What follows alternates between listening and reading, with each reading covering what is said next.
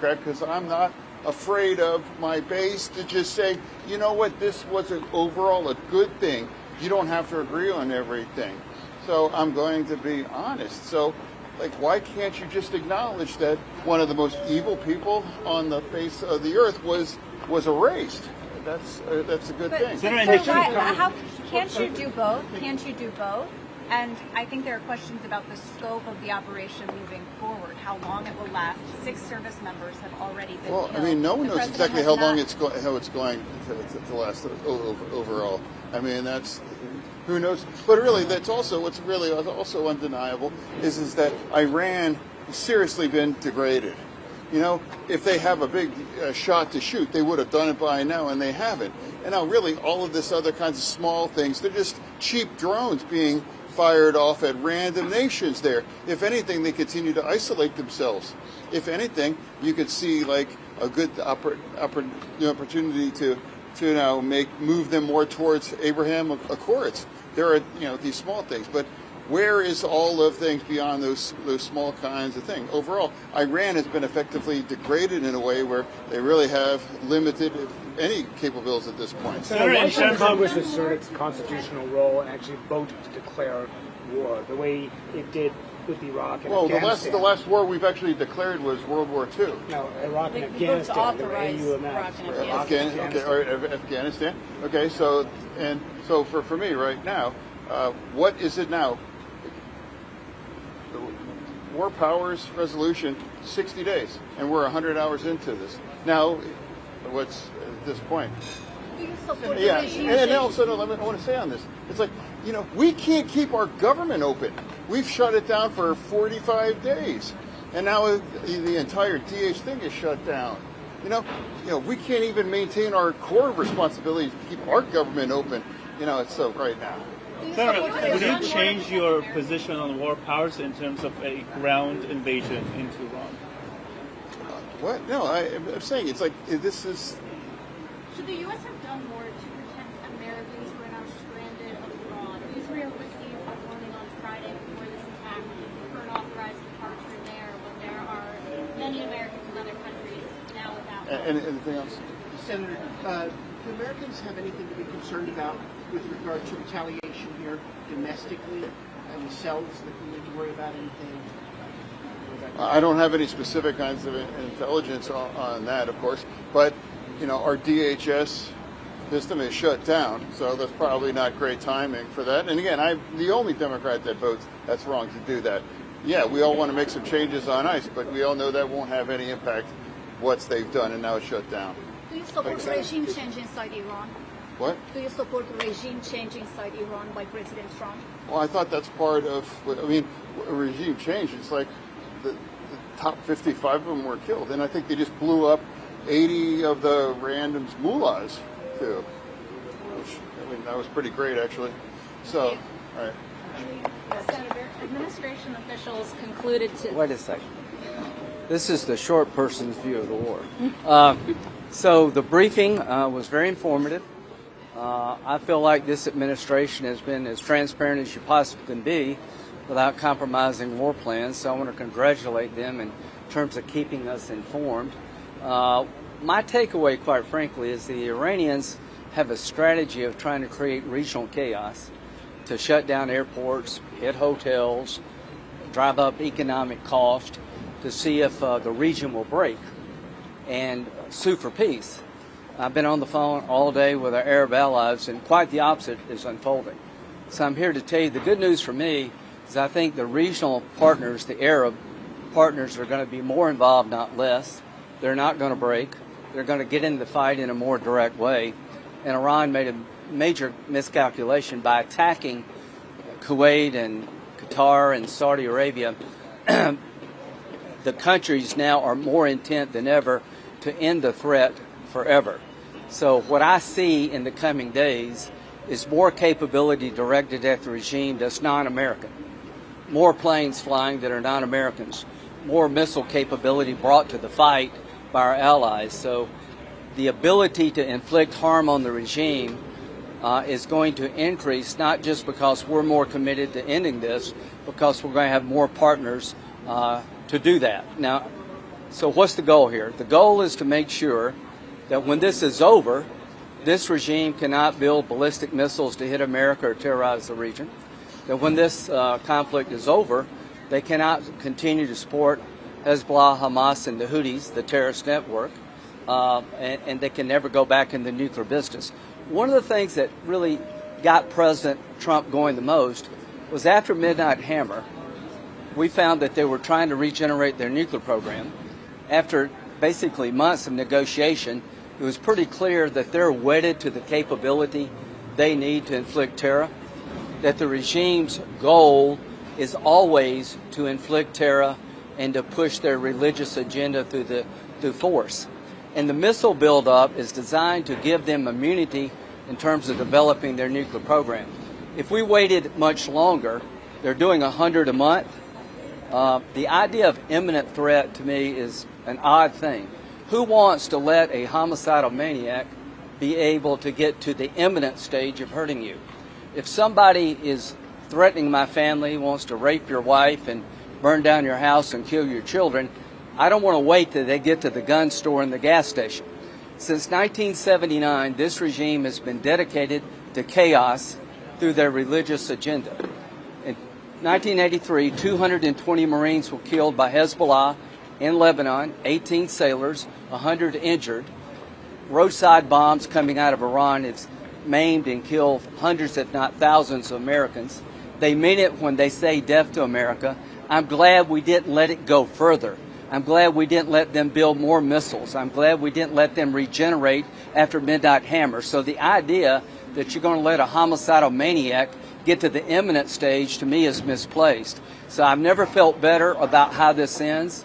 It's not if they fall, it's when they fall. It's not us alone, it's us with the region. Europe is now getting into the game.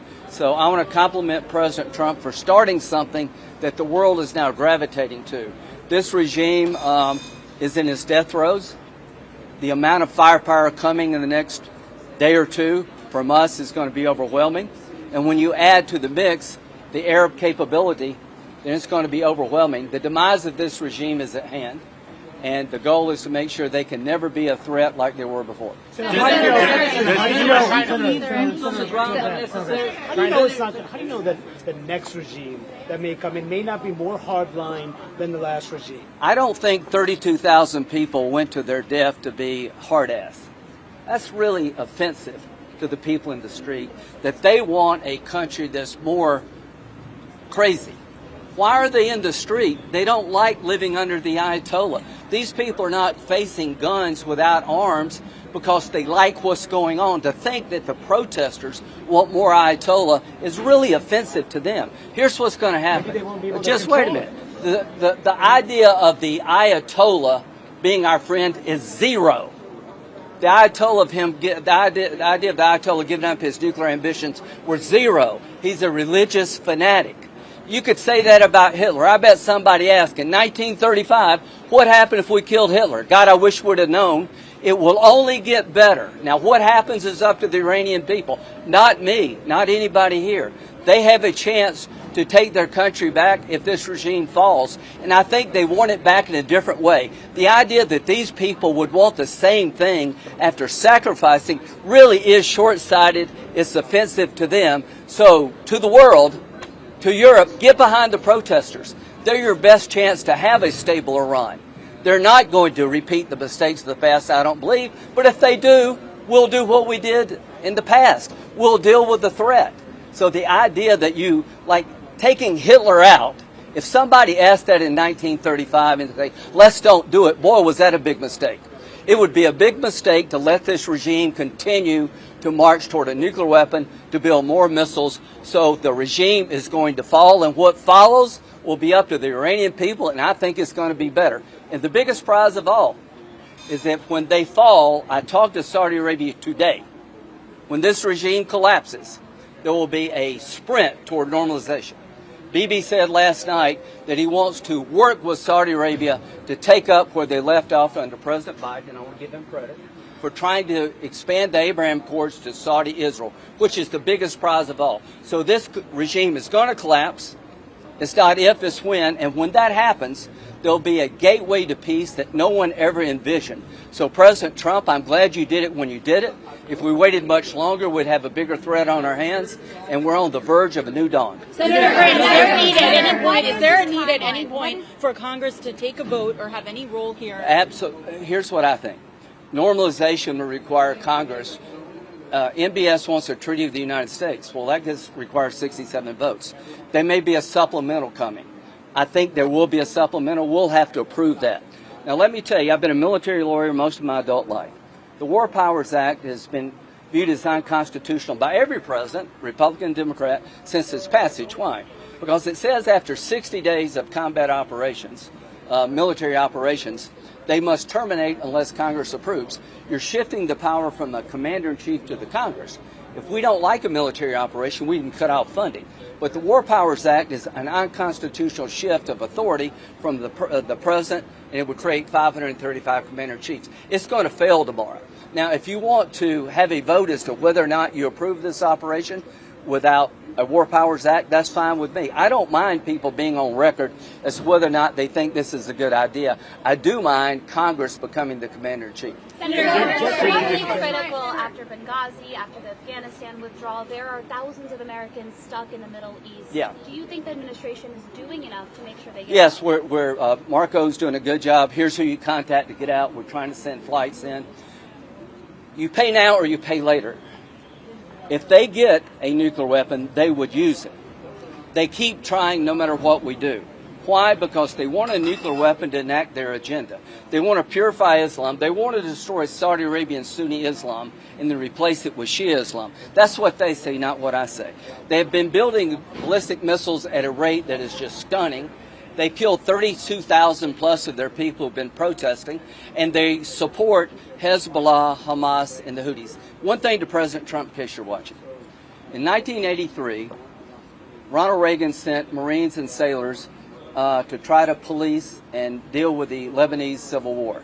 They were at the end of the runway. Hezbollah attacked the Marine barracks, killed 220 Marines, 18 sailors, and wounded 100 others. Ronald Reagan, who I admire and love, withdrew and never did anything about it. So I'm calling on President Trump today. Join Israel to attack Hezbollah. Avenge the Marines. America never forgets.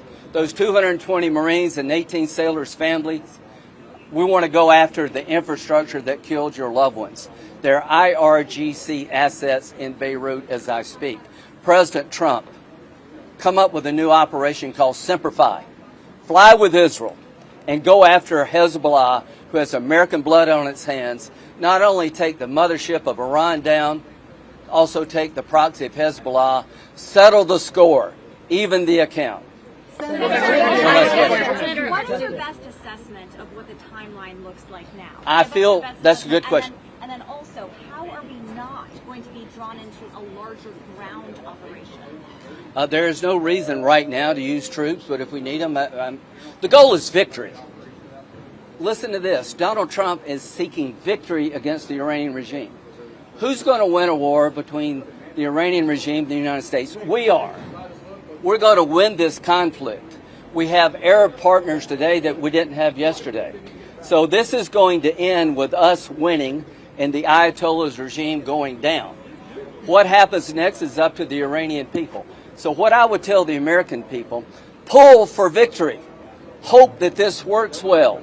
Pull for the idea the Iranian people can live without the Ayatollah, that they can be a new Iran emerges from the ashes of this regime. It would be a good thing for the world. At the end of the day, the region is committed to seeing it through. Iran is trying to break their will. It has backfired. So the timetable is shifted. I think the demise of the regime is far more likely to come quicker today than it was yesterday because we have more partners today. Are we days, weeks? I don't know. You need to ask the military people. And, you know, in World War II, they didn't ask how long would it take. They said, we're going to go to Berlin, we're going to go to Tokyo, we're going to protect our life. See, what you got to understand, that the regime in Iran would kill everybody in this room if they could. It's not about Republicans or Democrats. It's about Americans. They're religious fanatics. They want to kill all the Jews. They want to destroy Sunni Islam. They want to come after us. So we need to have the approach to this like we did in World War II. This is a terrible mothership of terrorism regime that's killed Americans since 1979, terrorized the region, and it's on the verge of collapse. And I want to congratulate Donald Trump and his team for putting together the most impressive military plan I have ever seen. What's coming in the coming days from us is going to be a lot bigger than it's been in the last couple of days. The Arabs are in the fight now, so stay tuned. What's coming toward the remnants of the regime is going to be overwhelming. The liberation of Iran is at hand. The gateway to peace is about to open. Things that I've been working on with President Biden can now materialize. The biggest prize in the region would be to end the Arab-Israeli conflict. That will never happen as long as Iran is around. October the 7th was designed to stop what President Biden and I were trying to do, build on the Abraham Accords. Iran's worst nightmare is the Arabs and the Israelis make peace, because they're not a peace-loving people. It's a cult of death. We're going to take up where we left off when this regime collapses. And I think the biggest prize of all from taking the regime down is that those who want to make peace in the region will be able to do it without being threatened by the mothership of terrorism. I don't know if there's anything left to be said. There is. He covered that. Can I ask? Yes. Who are the three candidates who the president had in mind as possible leaders of Iran? Did they know that they were candidates for this? Had he communicated with them? And how did they wind up getting killed in the offensive? I'm not going to get to specifics because some of that's classified, but I know there was some communications with hopeful, possible individuals that we could have a relationship with, and I wouldn't say that, not all of them are still kicking. I would say that maybe there might be some, but some of that's classified. How did that happen? Sometimes you're at the wrong place at the wrong time. Are there measures Yes. being taken not to eliminate other possible alternatives to leadership? This is war, and we're taking out the threat. And if you're part of the threat, then you're a target. How did the administration describe the end game here? Well, I think they laid out a very precise of what the threat looks like, and we're going to continue to be in the fight until they can no longer threaten the United States like they have for 47 years. Keep in mind, 7 presidents has passed on this opportunity. This threat's been around since November of 1979 when Jimmy Carter was in office. They attacked us as late as through their proxies or directly as late as June of 2025. They've killed thousands or injured thousands of Americans for 47 years. As long as the threat is still there, we're going to continue to be going after them. Given that this could be a sustained campaign and that American service members are being killed, why didn't Congress vote to declare war? Your constitutional authority to declare war. Why didn't you do that? Let me ask you, why didn't the Democrats that's asking this same question demand that Barack Obama do that in 2016 when he bombed 6 countries and dropped 26,000 bombs from Syria to Pakistan? I'm talking about the same situation. The president under Article 2 has broad authorities to keep Americans' interests safe home and abroad. There's no question, not one of you guys can question the fact that they haven't killed through proxies or injured through proxies thousands of Americans for 47 years. This was a threat that no other president was willing to stand up against and eliminate like President Trump. So thank God he's finally got that back. Senator, the White House said. Senator Murray, after leaving upstairs with Democrats, said, "I've heard 5 different rationales and objectives about this war." Who said this? Senator Murray. Chris Murphy? Or Murray? No, Murray. Patty Murray. Patty Murray, yeah. What is your understanding of the objective here? I don't remember her asking a question while I was there, so I think the objective was pretty laid out. They want to make sure that the ability for them to strike us anywhere at any time is gone. No way they'll be able to make a nuclear weapon or enrich uranium again to take out their navy so they can't disrupt commerce in the shipping lanes. And to take out their ability to restock and rebuild their missiles and drones. That's the objective here. We're going to eliminate the threat that's been threatening us for 47 years. And today's a weaker Iran than it has been in probably a decade. If we would have waited another year, this picture could look totally different, completely different. And so the opportunity and the timing was right, and we have a president in the office that had the backbone to do it. Senator, do you have any concerns about this Iran operation? Any at all? No. Listen, what my concern is is that we have lost thousands of individuals over 47 years, and we haven't done anything about it. This threat was not going away. I don't think anybody can argue that this regime needed to be removed. And what we have done now for the Iranian people is give them a choice. We gave them a choice to say, we want our country back. We want to go back to the country that we had prior to the Ayatollah in 1979. We want to go back to the country where we had women in the workplace, in the professional workplace. We want to go back to the era when we could have women elected to public office, go back to where the great riches that live in Iranian soil would be able to be shared with the mass people there, not just used to sponsor terror around the world. And so we're giving the Iranian people an opportunity to get their country back. At the same time, we're eliminating the threat that's been threatening the United States. Senator, if Iran, over here. You mentioned the objectives. Did they give you a sense of how long it would take to meet those objectives? No. Well, They didn't yes, give you a timeline but I'm at not all? going to talk about a timeline. Senator, do you if believe Iran this won't be a drawn-out conflict, that American boots won't be needed on the ground? Or do you believe they could be needed? We're not eliminating the options. We're going to continue to do whatever we can to eliminate this threat to the United States. Senator, if Iran posts I know. I got you a bunch of times. Let me get to people who haven't asked a question. Yeah, I go here and then I'll go there. Is there any point at which you feel like Congress should take a vote on this? Like, if you do support the operation, and you know, why not vote to authorize force like we did in Iraq and Afghanistan? I think that can be debatable, but we're not going to take away the authority of the President of the United States to be able to be the Commander-in-Chief and keep Americans' interest safe. That's the role of the Commander-in-Chief. We don't need 535 Commander-in-Chiefs. The Commander-in-Chief is the President of the United States, and he has a duty in Article 2 to be able to protect American interest, and he is initiating that, and he is doing that with great authority and great effect. Yes. Senator, there have been significant concerns about munition stockpiles. Senator Graham just talked about larger strikes over the next 2 days. Are there enough munitions for the next 2 days? I will tell you that on the briefing of that, we are in good shape. That's what they said. We're in good shape. I don't know where that came from because you've never heard this administration. You haven't heard the Joint Chiefs. You haven't heard anybody bring up that concern. So that's some concern that's been planted by some, either unrational individual or left media that's throwing that out. We are in great shape. The president has everything at his disposal to do what we need to do, and we'll continue to do so. Yes. Senator, you talked about giving the Iranian people this choice, but are you confident that enough of the regime and its infrastructure has been taken out in order to get the power back in the forward? I said this from the very push-go. My very first interview I did once this conflict started is that we're not fighting the war for the Iranian people. We're giving them an opportunity to fight their war. If they want to take back the country, they can do that. What we're doing is eliminating and weakening this administration or this regime, and then it's up to the rest of it. That's up to the Iranian people. This wasn't about regime change. If this was about regime change, we would have taken them out during the 12-day war. The president made it very clear, we know where you're at,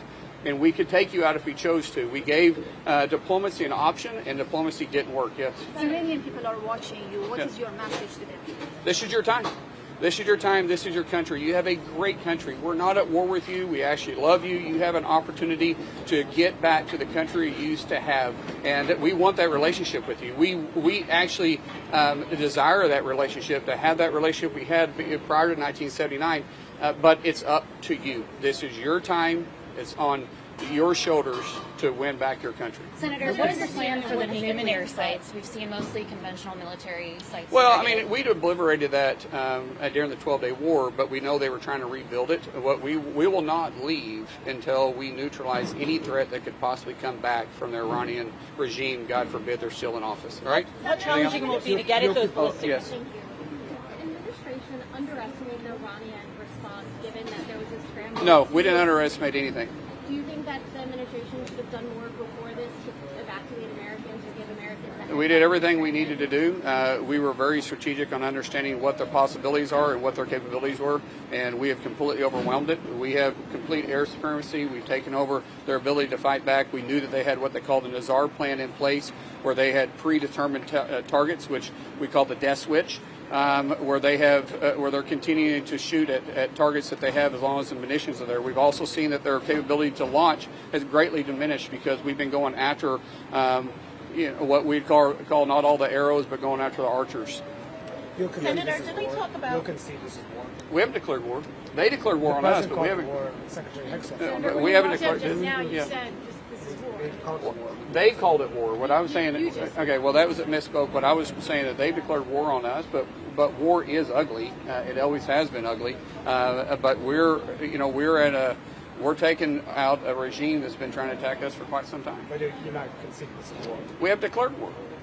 So if we haven't declared war, then I don't see that. The president hasn't asked us to declare war yet. But they have declared war on us. We're just simply fighting the threat that's been at our door for 47 years. Do you believe that ask could be coming? That an ask from the president to declare war? I don't know if that's necessary, because, as I said, we're not at war with the Iranian people.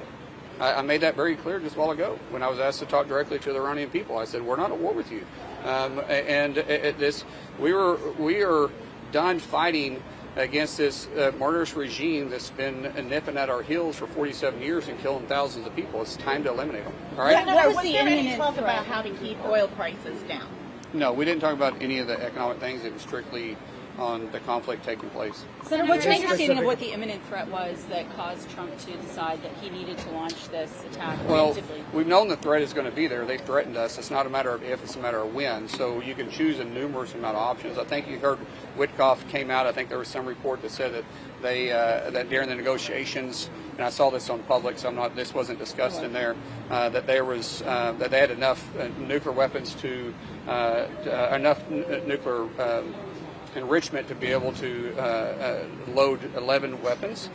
They were claiming that during the negotiations. I didn't ask that question in there, but we know that they were trying to reach us, and we know they continued to hit us. And so it wasn't a matter of if, again, it was just a matter of when they did it. It wasn't like a specific thing, a specific imminent threat that you're aware of.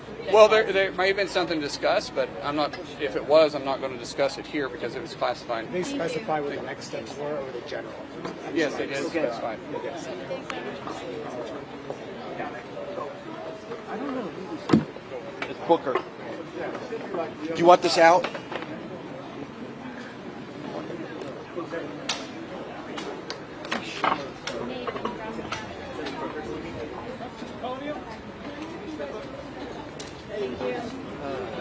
Senator, can you explain how they explain what the imminent threat was that authorized Trump to act? I mean, the point is there was no imminent threat. There clearly was no imminent threat. This was the president on one hand that said to the American people, I completely eviscerated their nuclear capabilities, and now he's saying that they did not. So that was the problem. We had a classified briefing that left me utterly astonished at the lack of information they provided to justify the hundreds of billions of dollars of cost and the American lives that are being lost. All while we have a president that is literally cutting health care from millions of Americans, and that is literally taking away programs for our veterans and programs for our children's school lunches. Sorry, just to clarify, because yesterday they came out of the Gang of Eight briefing and said that they made a case that Israel was going to act unilaterally, and so Trump had to act to protect our assets. This is the typical. Is that what they said? This is the typical Donald Trump. Is they jump around until they think they've found an explanation that could satisfy the most people. They have changed their justification for this time and time again, and we got nothing that even approached a justifiable reason for the president to commit an act of war by attacking another nation. There are times There are times when you go into a classified session and you walk out and you have a better understanding about the gravity of the situation and the rationale behind the military action.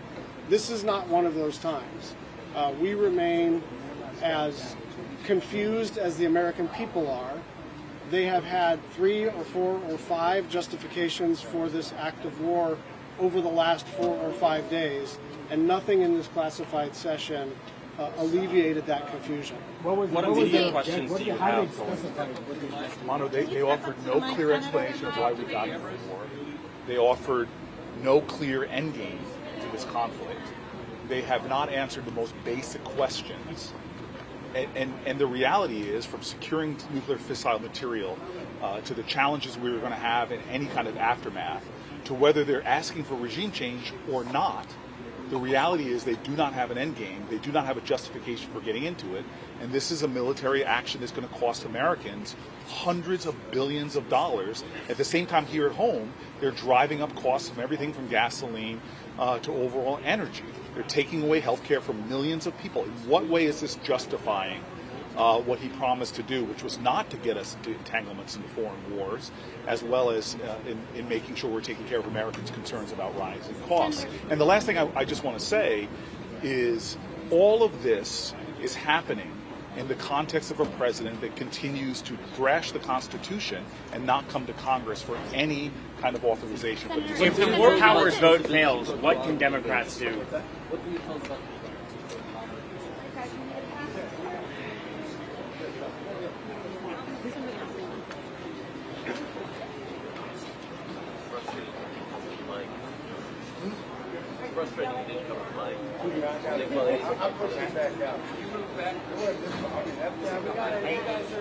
Try to overthrow me.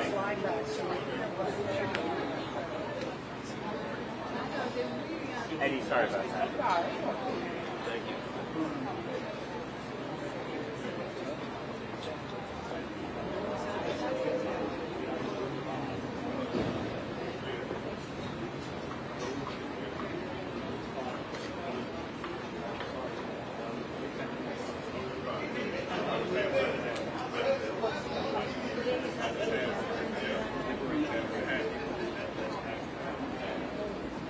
I don't really.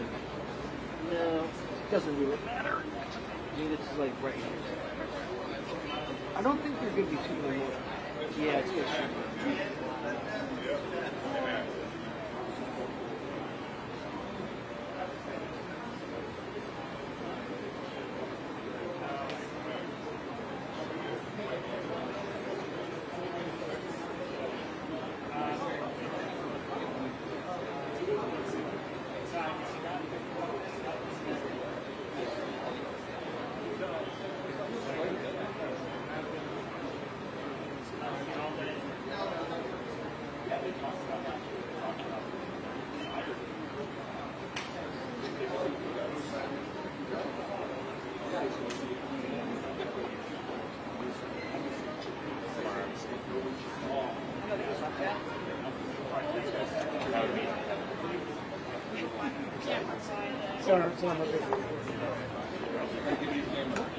What do you say to Republicans who are saying that there's no need for any sort of authorization here? Because this is not unlike what happened in Libya, when there was no congressional authorization during those attacks, and Democrats didn't raise a fuss back then. We did raise a fuss. I mean, many of us publicly called for there to be a war authorization debate, so check the record.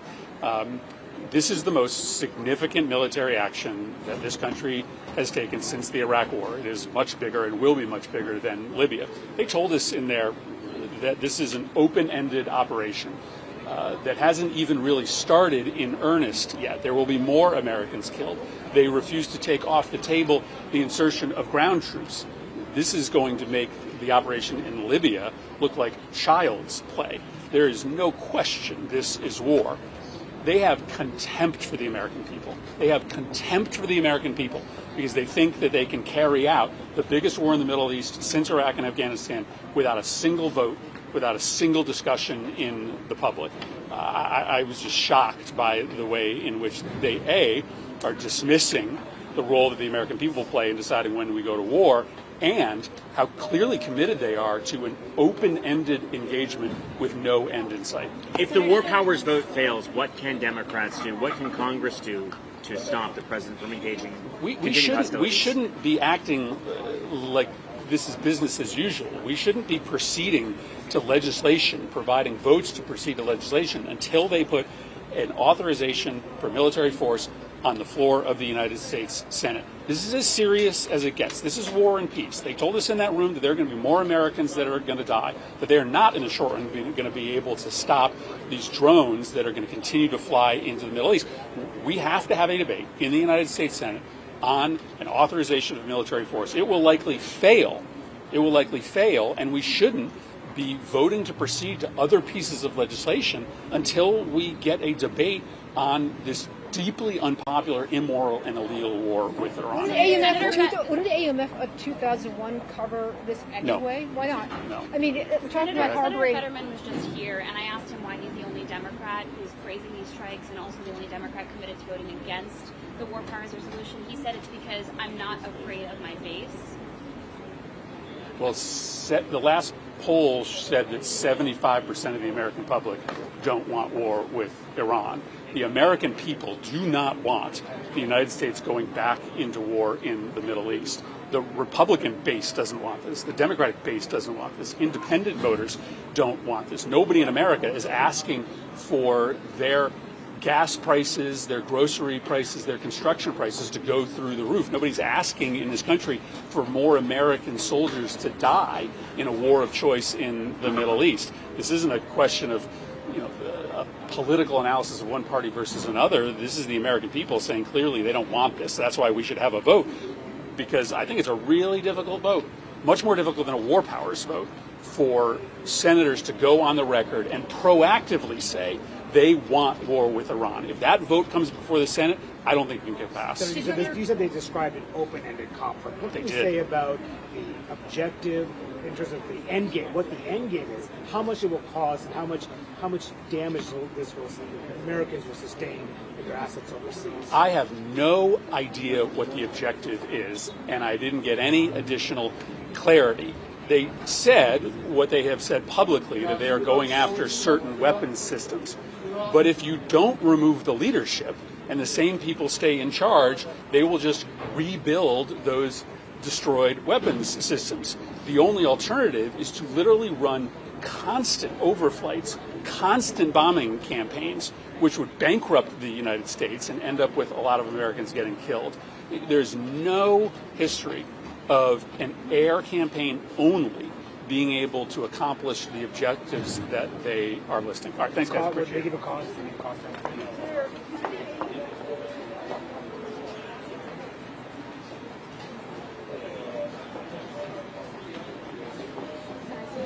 I'm the senior Democrat on defense appropriations, and I represent the state of Delaware, where the now 6 Americans who died in service to our nation will return sometime in the next 2 days. I expect that the Pentagon will come forward with a supplemental request for funding, and I will continue to support our troops and to make sure we are making all the investments we can to keep them and their families safe. But we need an open hearing so that you and the American people can get questions answered about the failures in planning that led to some of the challenges, the losses and mistakes in this war so far, so that we can get a clearer answer on how long this war will last and what its real objectives are, and so that we can get answers to the American people about how to get their loved ones out of harm's way. My office and many others is getting urgent calls from people who are stuck in the region, who are not currently able to get out, and there's more that must be done urgently to help civilians relocate out of harm's way, as long as we're being told that this war will continue indefinitely. What do they describe about munitions stockpiles being low? Did they address that in there? That was discussed, but I won't get into that. You said the failures. What failures specifically are you referring to that they've experienced so far in this war? Look, I think the administration took months to assemble a third of our Navy in the region to plan for and prepare for a war with Iran. And I think a better job needed to have been done about informing, preparing, relocating our diplomats, the families, the civilians on our bases and facilities. They're moving quickly to try and relocate them now that the war has begun.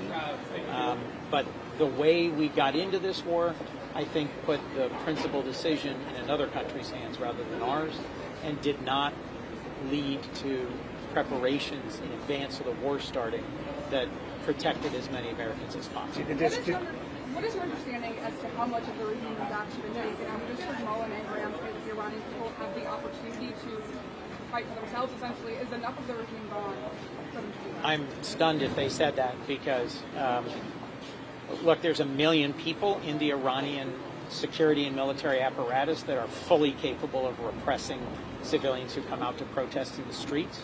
And I think we need to be careful about creating the mistaken impression that while we encourage the Iranian people to pursue a democratic form of government in the future, there's no clear commitment that I'm aware of for us to send any assistance, to send troops or to send arms that would allow them to actually defend themselves against a very aggressive Iranian regime. So he said that the Iranian people have the opportunity to rise up from within. Is enough of the regime gone for the Iranian people to do that? I've heard nothing that suggests that's the case. Have they picked a successor yet? I've heard nothing that clarifies what the plan. There is no clarity about the plans going forward. Senator, yesterday, Secretary Rubio said there is not a plan right now to facilitate the next iteration of an Iranian government. It's just military plan. That's critical. There is not a plan. Well, he said it's not part of their goals right now. Right. Does that? Those are two different statements. Does that comport with what you've heard in there, that the goal is purely military and it's not to facilitate a regime change or whatever comes next? This briefing was principally focused on military, the events of the last 100 hours, and where we are in terms of military objectives. There was not a robust discussion of political objectives. That is exactly the sort of thing that we need an open hearing about, because, as you remember, the war in Iraq had an initial phase that apparently went quite well, mission accomplished, and then turned into a regime building, nation building phase. That's where I think our greatest risk is, where the greatest risk for civilians in Iran is, and where the greatest lack of clarity in terms of planning and resources. I'll remind you, we used to have resources like Voice of America Farsi, like USAID's Middle East democracy programs that help support the opposition in authoritarian regimes in the region. For a variety of reasons, the chaos of Doge either substituted, defunded, suspended, or cut off those programs, and so there are not as many Iranians able to access the internet, able to communicate with each other, able to get reliable information, or informed about their options for trying to rise up today as there should be. Thank you all very much. Thank you. It's still coming out.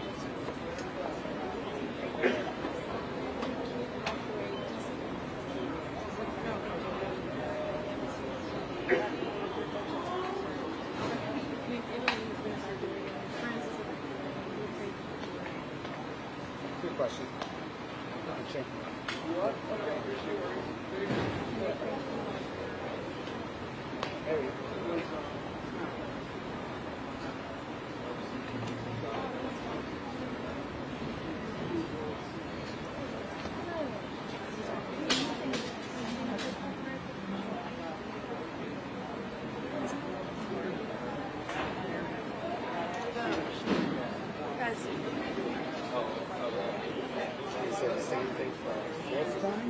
Heads up, Schumer.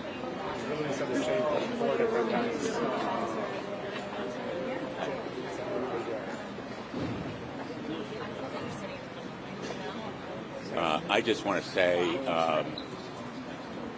I am more fearful than ever after this briefing that we may be putting boots on the ground and that troops from the United States may be necessary to accomplish objectives that the administration seems to have, but I also am no more clear on what the priorities are going to be of the administration going forward, whether it is destroying the nuclear capacity of Iran or simply the missiles or regime change or stopping terrorist activities.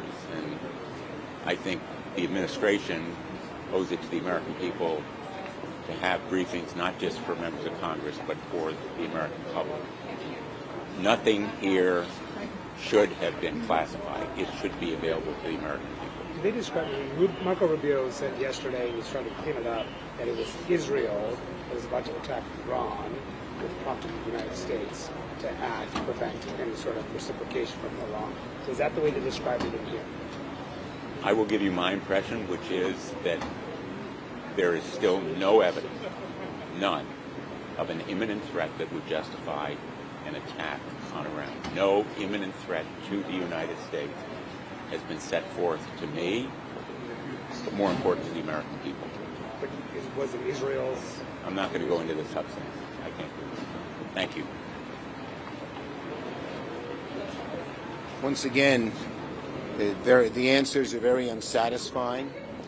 They have shifting goals, different goals all the time, different answers every day. And I am truly worried about mission creep. When there's no set plan, when you can't hear day after day, we're going to do this, this, this, and this, and these are the reasons why, you end up with an endless war. you end up with mission creep, you end up with all kinds of problems. And so the answers are not satisfying, and what's really needed is a public debate so the American people, who already are very much against this, can see what we have seen. Would you support a supplemental funding request for this war?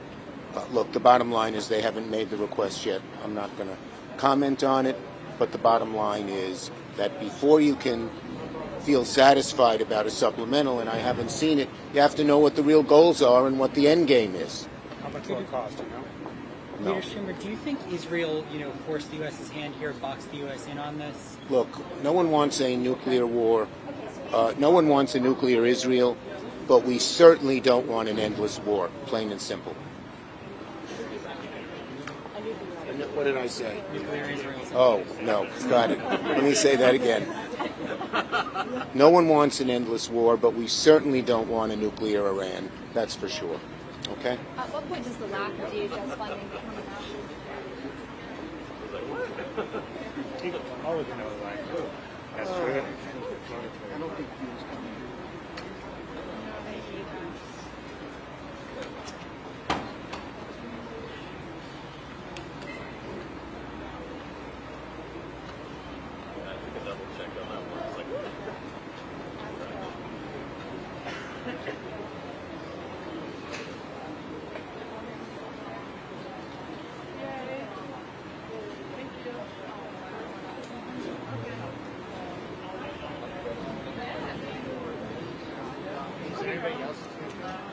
Maybe too, but I don't see his people went down here and now they're not down here. So I'm guessing he left.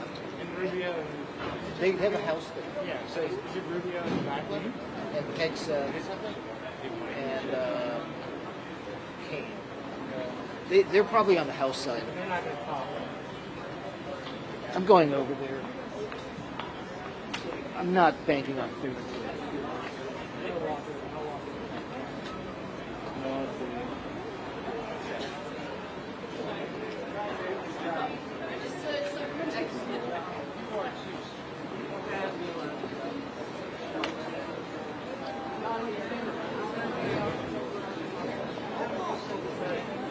What's that?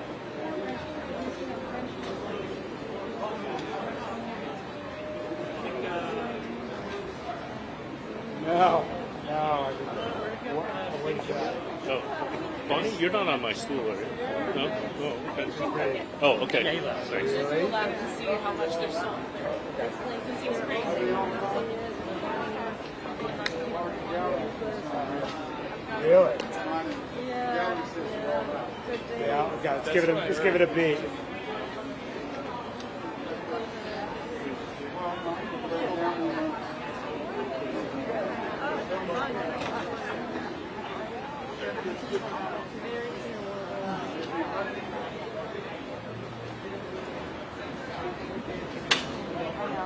I would too.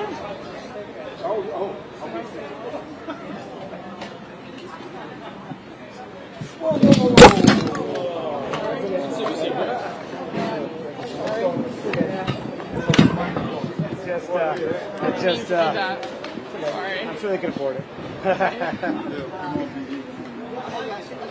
It's too heavy. Hold on. Maybe that's a good reason why it should wrap, right? No, that weight. I don't know where half the stuff goes. But that's goes there. Whoops. Goes there. This goes here. This one's a little. This one's a little. That's just a mess. Oh my gosh, Brad, don't touch my. I mean, it's over. Oh no. This is not very steady, is No, it? it's really not. I mean, it wasn't really her fault. All you had to do is just barely touch it. Wow, look. I think the universe telling us to end this. It needs at least one mic on the other side. I'll do mine over there. No, I Leave, I guess.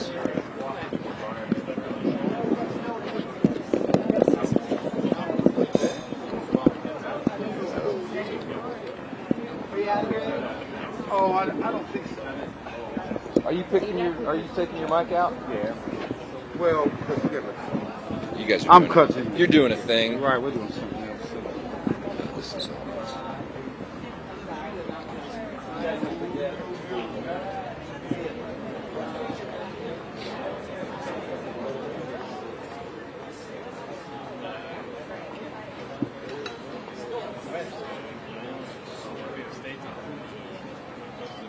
Are you trying to get out? Oh, I guess you could get out if you wanted to.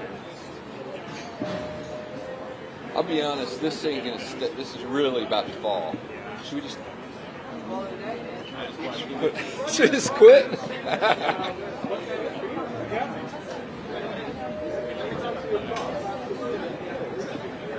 All right, I'm cut. You're cut. Yeah, I mean. Who's this guy?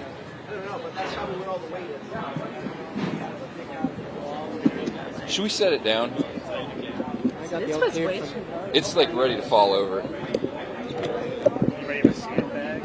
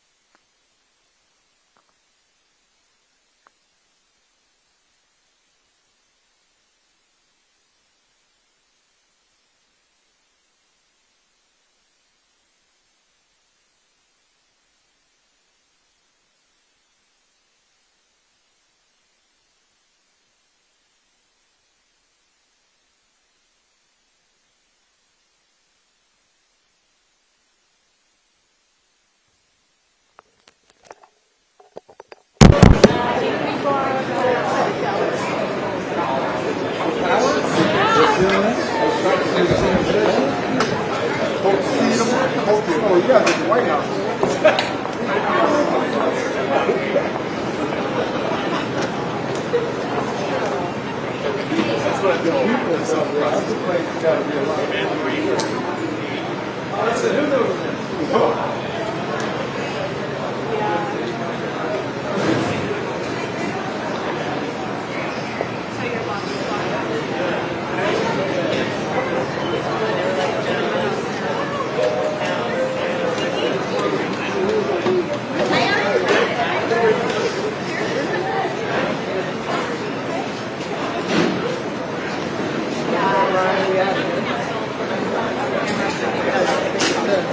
It doesn't look like there's any staff waiting on us.